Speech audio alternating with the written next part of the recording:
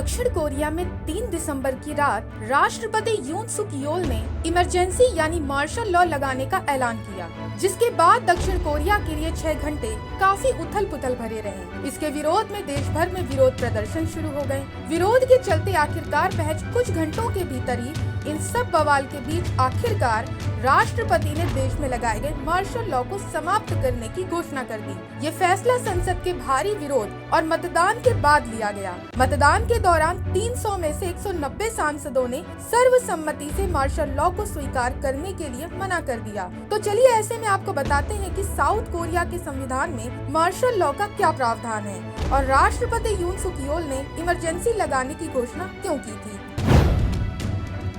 दरअसल दक्षिण कोरिया के राष्ट्रपति यून सुक योल ने 3 दिसंबर को विपक्षी दलों पर सरकार को पंगु बनाने, उत्तर कोरिया के प्रति सहानुभूति रखने और देश की संवैधानिक व्यवस्था को कमजोर करने का आरोप लगाते हुए देश में इमरजेंसी मार्शल लॉ की घोषणा की थी। उन्होंने टेलीविजन पर प्रसारित राष्ट्र के नाम संबोधन में ये घोषणा की, जिसके बाद दक्षिण कोरिया में जारी राजनीतिक तनाव और बढ़ गया।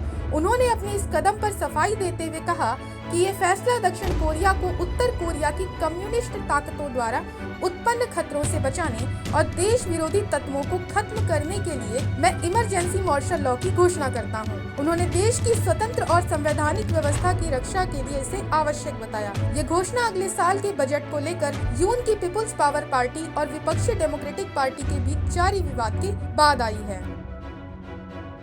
ऐसे में दक्षिण कोरिया में मार्शल लॉ लागू होने के बाद से ही सत्तारूढ़ और विपक्षी दल इसके विरोध में उतर आए हैं। इसमें आम लोग, विपक्ष के नेता और मीडिया कर्मी भी शामिल थे। लोगों ने दक्षिण कोरियाई झंडा लहराकर विरोध किया।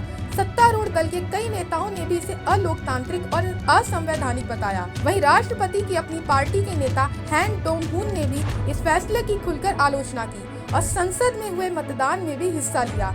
देश भर में बड़े पैमाने पर विरोध प्रदर्शन होना शुरू हो गया। हजारों की संख्या में लोग सड़कों पर उतरकर लोकतांत्रिक व्यवस्था की बहाली की मांग करने लगे। आखिरकार राष्ट्रपति यून सुक योल को पीछे हटना पड़ा और मार्शल लॉ को खत्म किया गया। खैर, ये तो बात हो गई साउथ कोरिया में कैसे मार्शल लॉ लगा और कब हटा, लेकिन इस घटना के बाद मार्शल लॉ शब्द सबसे ज्यादा प्रचलन में रहा। ऐसे में अब आपको बताते हैं कि मार्शल लॉ है क्या और इसे कब लगाया जा सकता है। मार्शल लॉ एक अस्थायी आपातकालीन स्थिति है, जिसे किसी सरकार द्वारा देश में किसी तात्कालिक खतरे या सुरक्षा संकट के जवाब में लागू किया जाता है। जब मार्शल लॉ लागू होता है तो सेना का प्रशासन सामान्य नागरिक कामों का नियंत्रण संभालता है। साथ ही राज्य की सुरक्षा की जिम्मेदारी भी सेना के हाथों में चली जाती है।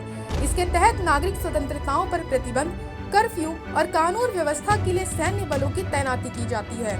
मार्शल लॉ आमतौर पर तब लागू किया जाता है जब सरकार को बड़े पैमाने पर नागरिक अशांति, प्राकृतिक आपदाओं या आक्रमण के खतरे का सामना करना पड़ता है।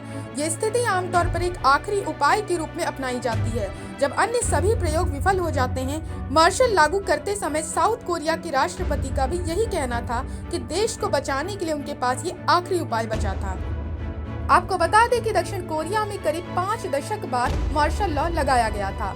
1980 के बाद ये पहली बार है जब दक्षिण कोरिया में मार्शल लॉ घोषित किया गया। 1980 से पहले 16 बार इस देश में इमरजेंसी लगाई जा चुकी है। यहाँ ये समझना जरूरी है कि दक्षिण कोरिया एशिया की प्रमुख अर्थव्यवस्थाओं में से एक है। ये अमेरिका का एक प्रमुख सहयोगी है। यहाँ 4 दशकों से भी अधिक समय से लोकतंत्र रहा है। ऐसे में मार्शल लॉ लागू करने के कदम से अंतर्राष्ट्रीय स्तर पर चिंता पैदा होना स्वाभाविक है। इन सब के बीच आपको ये भी बता दें कि राष्ट्रपति यून सुक योल पीपुल्स पावर पार्टी के नेता हैं। उन्होंने 2022 में अपनी प्रतिद्वंदी ली जे म्यूंग को सिर्फ 0.7% वोटों के अंतर से हराया था। 1987 में दक्षिण कोरिया में सीधा चुनाव होने के बाद से ये सबसे कम जीत का अंतर था। कई विवादों और स्कैम को लेकर भी राष्ट्रपति के नाम की चर्चा है। उनकी पत्नी भी कुछ कथित घोटालों और विवादों से जुड़ी रही हैं। उन पर शेयरों के दामों में हेराफेरी, रिश्वत के तौर पर लग्जरी डियोर लेने का आरोप है। पिछले दिनों राष्ट्रपति ने इस मामले पर यह कहते हुए माफी भी मांगी थी कि उनकी पत्नी को अच्छा व्यवहार करना चाहिए था। फिलहाल दक्षिण कोरिया के लोकतांत्रिक बनने के बाद मार्शल लॉ को केवल गंभीर राष्ट्रीय आपातकाल के लिए आरक्षित कर दिया गया है, लेकिन ये अब भी एक विवादास्पद मुद्दा है क्योंकि ये मानवाधिकारों के उल्लंघन और दमन की याद दिलाता है। Bureau report, Punjab Kesari TV. हमसे जुड़े रहने के लिए हमारे YouTube चैनल को सब्सक्राइब करें और नई वीडियो की नोटिफिकेशन के लिए बेल आइकॉन को दबाएं।